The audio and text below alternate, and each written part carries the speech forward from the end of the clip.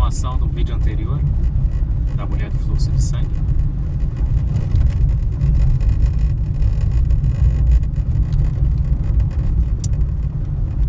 Se eu não me engano, parei na parte do temos que buscar o conhecimento.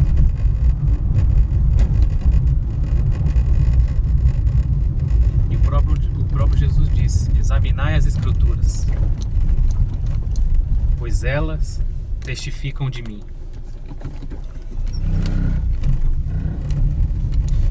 Quando ele fala examinar as Escrituras, a maioria dos crentes vai lá no Novo Testamento, nos Evangelhos.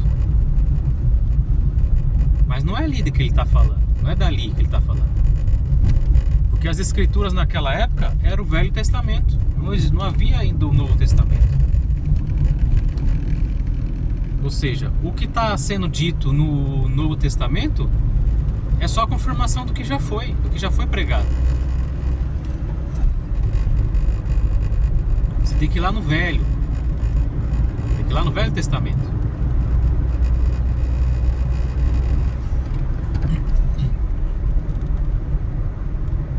Tá. Mas você não vê falando Jesus no Velho Testamento. É aí que tá. É aí onde entra a questão de examinar as Escrituras, pois elas testificam de mim. Em cada palavra que você lê, em cada versículo, em cada capítulo, em cada livro, você procurar entender no contexto onde é que Cristo está embutido ali. Porque o Cordeiro foi imolado desde o início do mundo. O Cordeiro já foi imolado.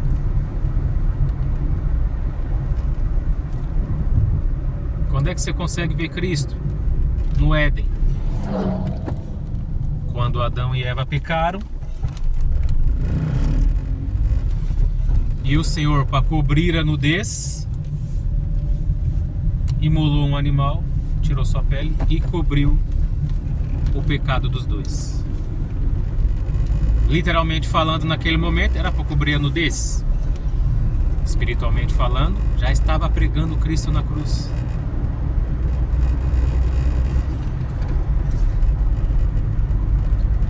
Quando o Senhor pediu que Abraão sacrificasse seu filho, seu único filho, detalhe, é dito desta forma: Abraão, sacrifique seu único filho. Mas você já parou para pensar que é engraçado que não era o único filho de Abraão? Abraão já tinha Ismael. Inclusive, o primogênito era Ismael. O primogênito de Abraão era Ismael. Ou seja, não era o seu único filho. Ali, o Senhor já estava pregando Cristo na cruz.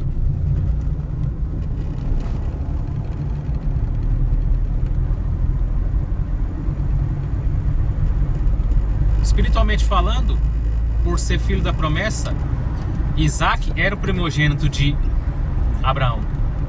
Mas verdadeiramente ele era primogênito de Sara, figura da igreja. Sara, figura da igreja, que é do meio da igreja, que é do meio do povo de Deus, que sai o primogênito, Cristo.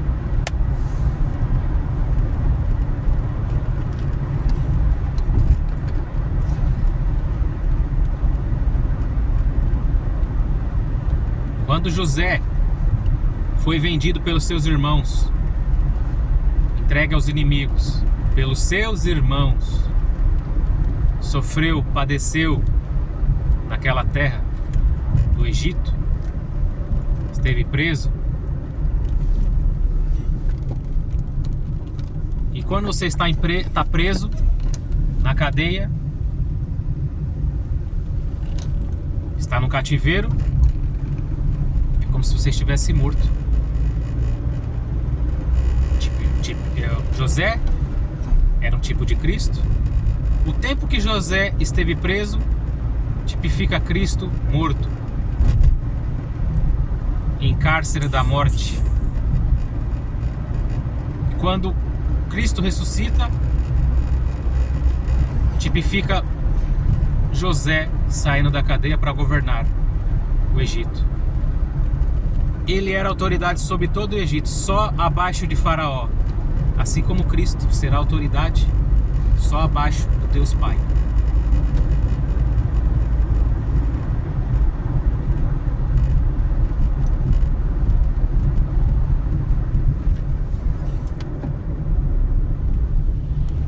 Quando Moisés liberta o povo do Egito,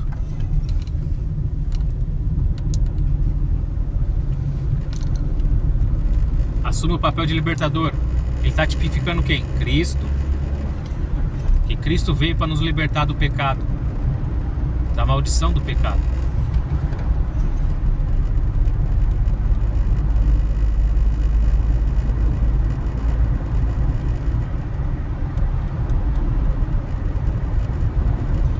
E tem diversas outras passagens que se você ler com atenção, pedindo discernimento a Deus, querendo realmente entender as Escrituras como realmente elas são, Deus te mostra.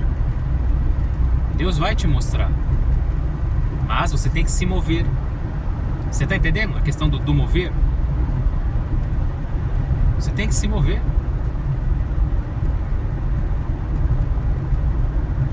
Nada cai do céu. Detalhe, o que caiu do céu, você já sabe quem é.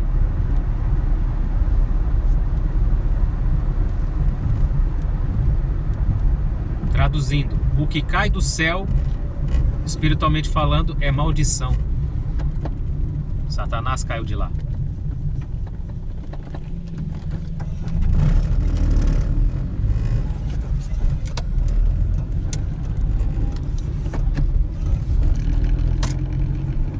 Você vê que a palavra de Deus está totalmente interligada.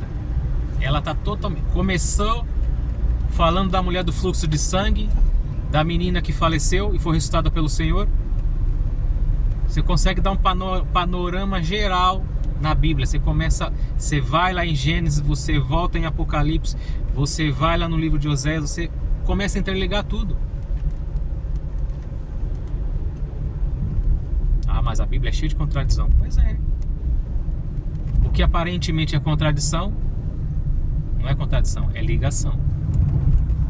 Depende da maneira que, com os olhos espirituais que você está lendo. Se você olhar só pela parte literal, pela parte carnal, você vai enxergar um monte de contradição. Concordo? Plenamente. Só como foi dito, a Bíblia, você não pode só ler ela pelo contexto literal. Há coisas que acontecem só no literal e há coisas que são só espirituais. Mas há passagens que são literal e espiritual ao mesmo tempo. Aí que se tem que pedir discernimento de espírito ao Senhor para conseguir perceber essas coisas. Por que o Senhor Jesus só falava em parábolas? Ah, era para facilitar para o povo entender. Muito pelo contrário. As parábolas são muito difíceis de se entender. Como que isso era para facilitar? As parábolas é para ser entendida para quem tem que ser entendido, para quem busca. Quem busca conhecimento, quem busca entendimento vai entender. De uma forma ou de outra, num momento ou no outro. Mas vai entender. Agora, se você não se move, não sai do seu lugar, não busca, você não vai entender. Você quer esperar mastigado pelo seu líder religioso? Você quer receber mastigado pelo que ele prega lá em cima no púlpito lá? Tá tudo certo. Escolha sua. Só que você está sujeito às vezes, a interpretação que ele dá pro texto. Às vezes pode ser correta. E acredito na intenção. Muitos têm boas intenções. Sobem lá e pregam aquilo que entendeu e com um bom coração, com intenção de realmente fazer fluir o reino. Só que muitas vezes é cabível de erro, porque todo homem é, assim como eu estou pregando aqui. Eu sou cabível de erro. Posso estar errando muitas coisas aqui. Tá tudo certo. Quando eu perceber que eu estiver errado, estiver corrigido, eu vou lá e corrijo. Só que também há muitos daqueles que sobem lá em cima com más intenções. E se você fica refém só da pregação de domingo do seu pastor, você está perdido. Por quê? Quando chegar naquele dia, você não vai poder alegar, não, mas eu fiz tudo que o pastor mandou. O pastor mandou fazer isso, fazer aquilo. O que o senhor vai dizer? Para trás de mim, que não vos conheço, praticador de iniquidade. Aí você vai ficar ali sem entender. Ah, mas eu fiz tudo que mandou. Eu falei, é exatamente por isso. Você seguiu como um cego o que o seu pastor falou. Ah, quer dizer que não é para seguir o seu pastor?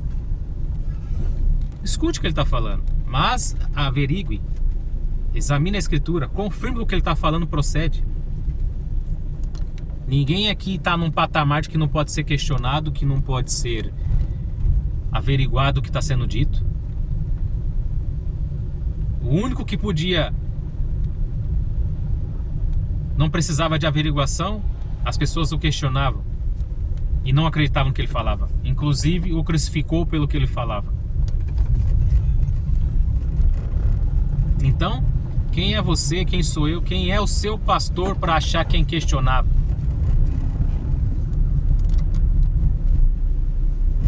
Muito pelo contrário, quando questionamos lideranças, questionamos a nós mesmos, nós crescemos como pessoa e espiritualmente, como comunidade, como igreja.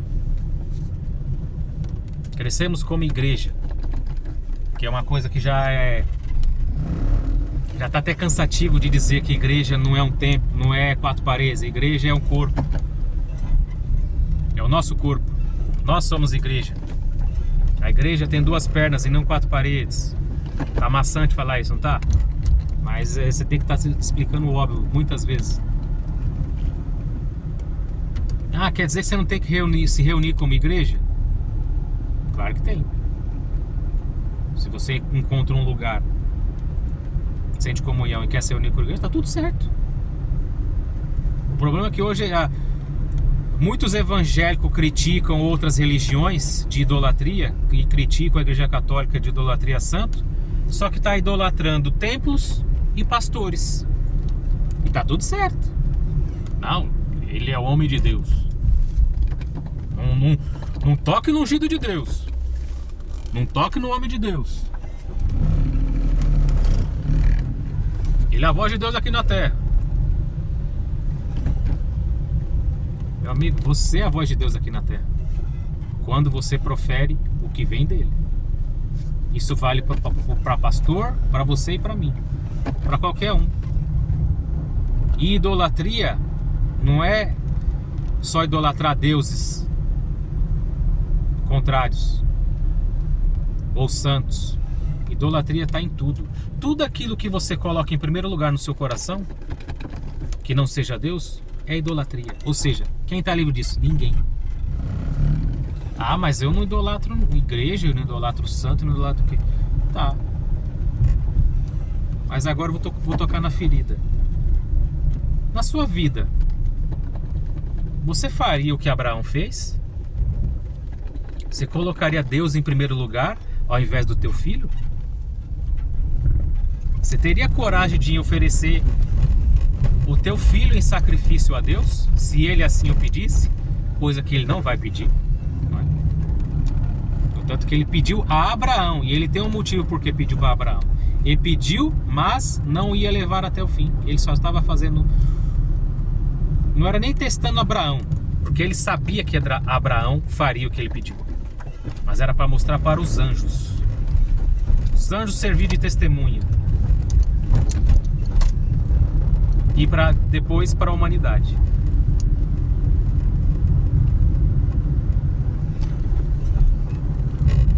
Você está disposto a fazer isso? Se ele hoje chegar e pedir o seu filho amado, o seu primogênito, aquele quem você tanto ama, você está disposto a sacrificá-lo por amor ao Senhor? Eu estou disposto a fazer isso? Deixando de ser hipócritas? Eu não estou disposto a fazer isso. Deveria fazer, eu sei o que é certo, deveria fazer. Mas estou disposto? Tenho estrutura para fazer isso? Não tenho.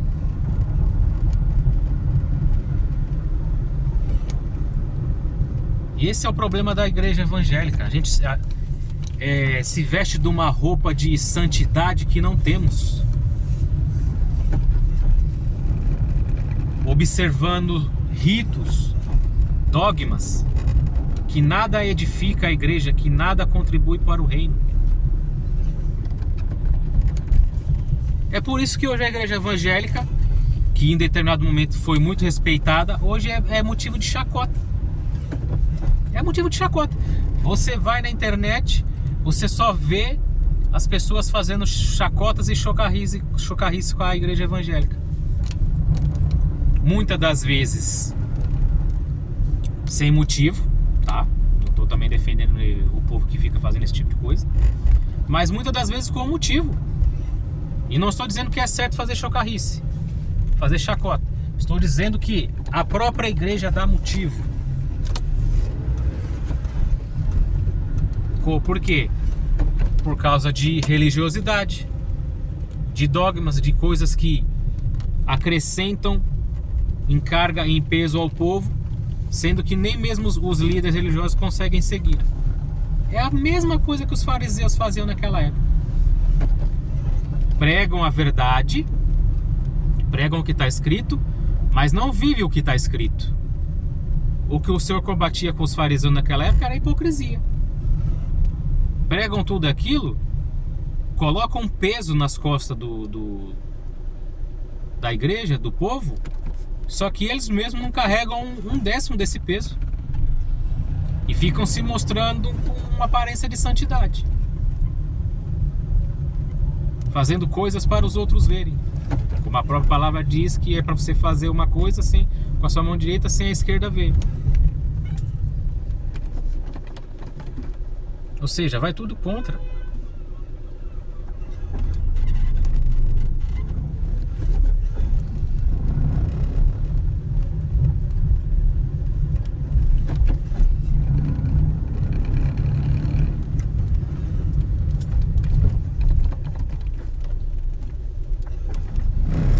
E as pessoas achavam que estavam fazendo tudo certo. Se tivessem fazendo tudo certo, você acha que era necessário Cristo ter vindo para nos ensinar como realmente deveria viver? Cristo não veio para nos mostrar que ele era divino. Esse é o engano, que as pessoas se enganam. O Cristo veio, ou como os judeus que ainda esperam o Cristo, o Cristo vai vir para nos mostrar que ele é Deus, para mostrar que ele é divino. Cristo não veio nos mostrar que era divino. Ele se esvaziou e habitou entre nós para nos mostrar como era viver, como era para um humano ser, como era para viver aqui na terra sendo humano. Foi isso que ele veio fazer. Ele vai reinar como Deus depois. Ele não veio reinar como Deus. Muito pelo contrário. Ele se esvaziou, se fez pequeno para poder viver entre nós. Porque o ser humano não consegue entender Deus de jeito nenhum. Mas quando ele se reduz ao patamar de ser humano, já fica ali basicamente no mesmo patamar. E mesmo assim não entenderam. Nós não entendemos. Por mais que nós buscamos, lutamos, tenhamos reverência ali, a gente não consegue realmente compreender tudo que ele fez. Conseguimos compreender em parte, mas naquele dia compreenderemos por completo. Até lá, vai haver diversas interpretações. É aberto diversas igrejas aqui e ali. Uma pluralidade de ideias, de interpretações. Tem uma que está certa? Não, todas estão erradas. Todas estão erradas.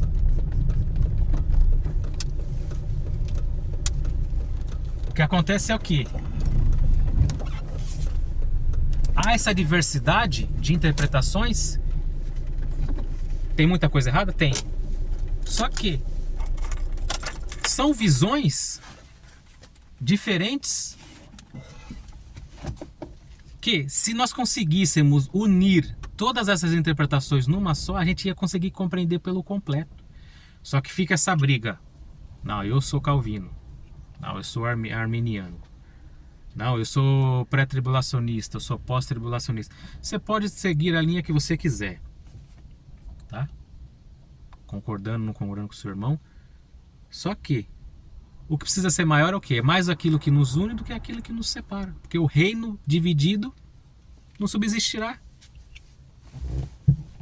Tô sendo hipócrita falando isso? Talvez. Eu não concordo com muitas coisas. Eu tenho minha linha de pensamento.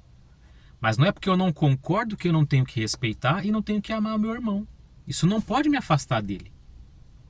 Até porque a maioria dos irmãos que pensam diferente de mim, não é porque eles me odeiam ou porque eles são dono da verdade, porque eles entenderam daquele jeito e tá tudo bem.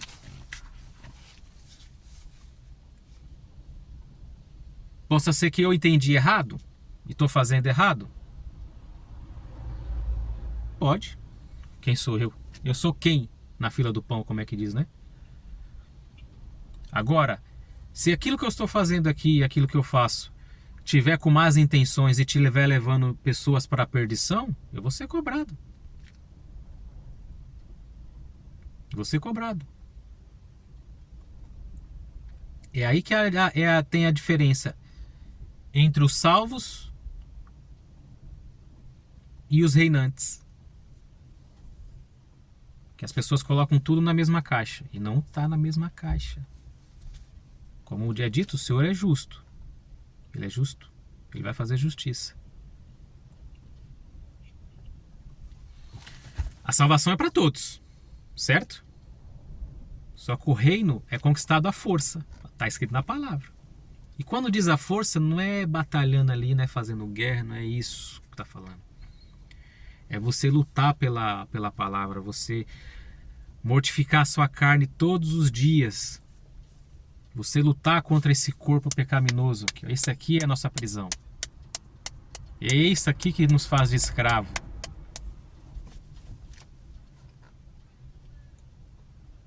A sua vida vai ser baseada nisso. Se você prevalece, deixa prevalecer a sua carne, você vai viver carnalmente. Se você deixa prevalecer seu espírito, você vai viver espiritualmente. Ah, mas não tem, Fernando. Você está aqui no mundo. Você tem... Tá ok, tá tudo bem. Você está aqui no mundo. Você só não precisa ser como o mundo vive. Mas você está aqui. Você tem que estar aqui para você fazer a diferença. É um outro erro. As pessoas falam, eu não posso estar no mundão. Fala, você vai para onde? Você vive aqui. Você não precisa viver como eles vivem, mas você vive aqui. Você tem que levantar, tem que ir trabalhar, você tem que ir para sua escola, para sua faculdade, tem que fazer as suas coisas. Tudo isso está envolvido no mundão. Você está lidando com diversos tipos de pessoas, com crente, com descrente, com ateu, com idólatra, com gente cheia do Espírito Santo. Ou seja, o que você tem pedido discernimento para Deus? Para entrar e sair no meio do povo. Para ser bênção na vida de cada um. Tanto na vida do espiritualizado, quanto na vida daquele que está em pecado. E continuar na prática do pecado. Porque em pecado nós todos estamos. Mas somos purificados por causa do sangue. Isso quer dizer que nós nunca mais pecaremos? Não, a gente peca a todo momento. A todo momento. Por isso que é dito que a lei não é suficiente para salvar. Que a lei só revela a nossa natureza pecaminosa. Revela e nos mostra aquilo que nós não devemos fazer. Mas ela não tem poder para salvar ninguém. Porque nós não conseguimos fazer aquilo sem Cristo Jesus ter morrido na cruz. Foi por isso que ele veio. Senão não precisaria do sacrifício dele. Precisaria do sacrifício dele. Se nós conseguimos por si só nos salvar, a gente não consegue nos salvar, quanto mais salvar os outros.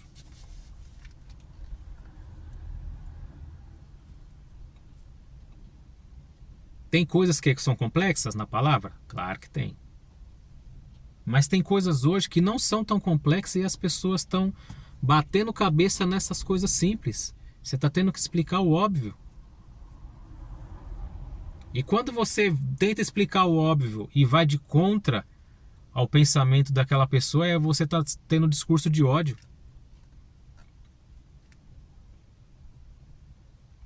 Sendo que a sua intenção, às vezes você pode se exceder, não é? Acontece. Mas sua intenção não é essa.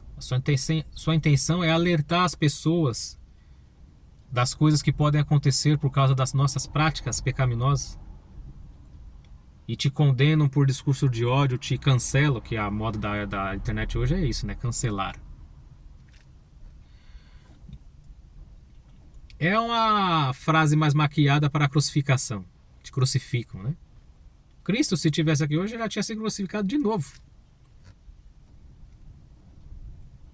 Que ele chamava lá os fariseus de raça de víbora.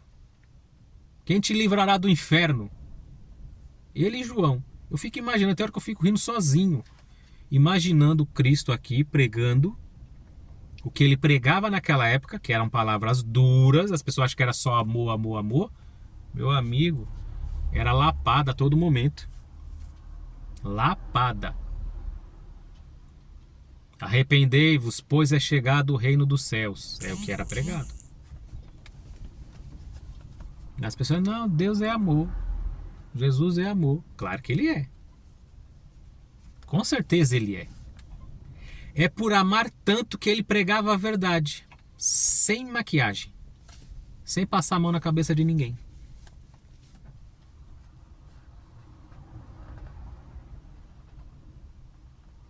E crucificariam ele outra vez. Certeza, absoluta. Absoluta.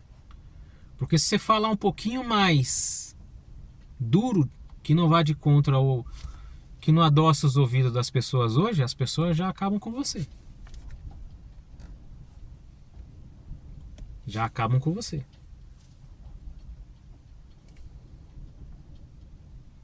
Enquanto as pessoas não entenderem que o Senhor não tem pacto com essa carne aqui, porque como foi dito, isso aqui é a nossa prisão. Você não está aqui à toa, você não está aqui de passeio, você não está aqui para passear, não está aqui para ser feliz. O que é felicidade?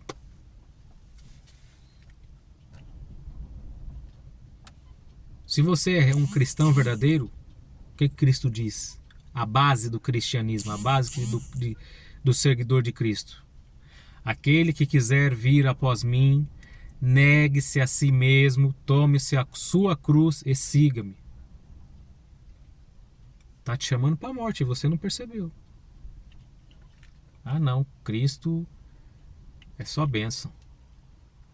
Comecei a servir Cristo hoje, vou ter um carro amanhã, uma casa, minha vida vai melhorar, meu casamento vai virar mil maravilhas, meus filhos vão ser todos obedientes, minha vida vai prosperar. Eu conto ou você conta?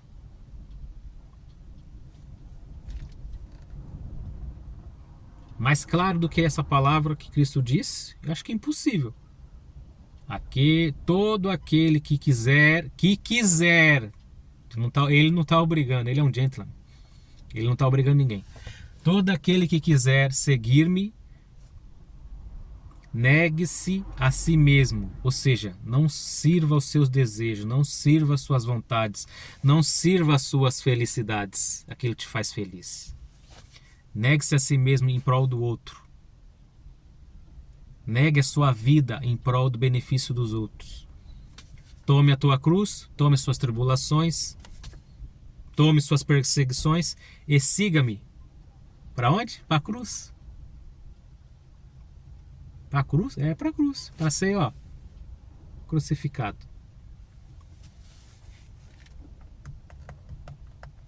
Sedes fiéis a mim, que te dar-te-ei a coroa da vida eterna.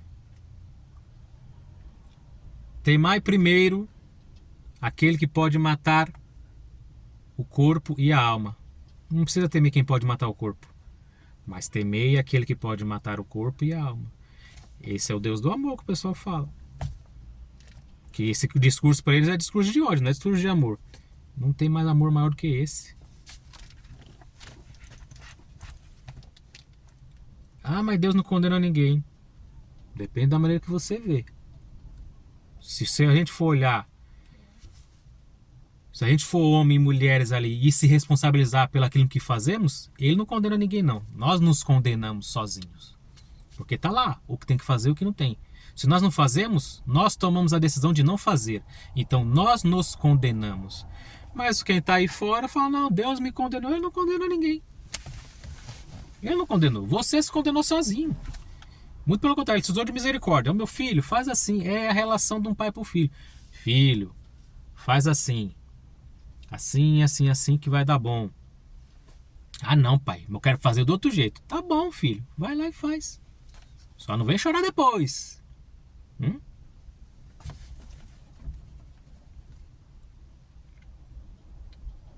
Quando você começa a analisar a simplicidade do evangelho, você vai conseguir entender muita coisa. Quando você coloca a sua relação com Deus como uma relação de pai com filho, de uma mãe com filho, clarifica muita coisa.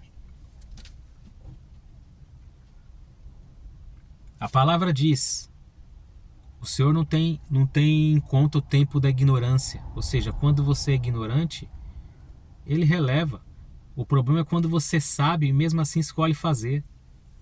É assim a relação do pai com o filho. O pai viu o filho ali, fez uma coisa errada.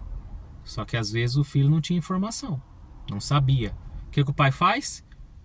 Vai lá, chama a atenção do filho e ensina. Olha, filho, isso não se pode fazer, não se deve fazer porque é errado, por causa disso, disso e disso. Tá tudo bem? Você entendeu o que eu disse? Entendi, pai. Tem certeza que tem? Entendi, pai. Tá bom.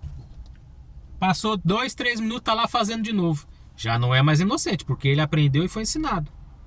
Aí o pai vai lá, fala mais uma vez: filho, tá errado isso, já não te expliquei? É, pai, você explicou, tá bom. Passou um tempo, foi lá, fez de novo. Aí o pai vai lá dar umas palmadas. O ruim é o pai. Aí a população hoje não quer deixar você nem educar o seu próprio filho. Não, você não pode dar umas palmadas no seu filho, não. Você é um ignorante, você é um retrógrado. Começa a te classificar com um monte de adjetivo aí, né? Uns adjetivos malucos. Enfim, você não pode nem repreender seu próprio filho, sendo que é você que educa, você que cria, você que sustenta, você que alimenta. Ninguém faz nada disso por você. Mas quando você vai lá educar seu filho, eles não querem que você eduque. Por quê? Quando você não educa seu filho, é mais fácil de controlá-lo. Simples assim. Tá bom, gente? Outra hora, outro dia eu apareço por aí, nessa mesma hora, nesse mesmo canal, tá bom? Fiquem todos com Deus. Deus abençoe.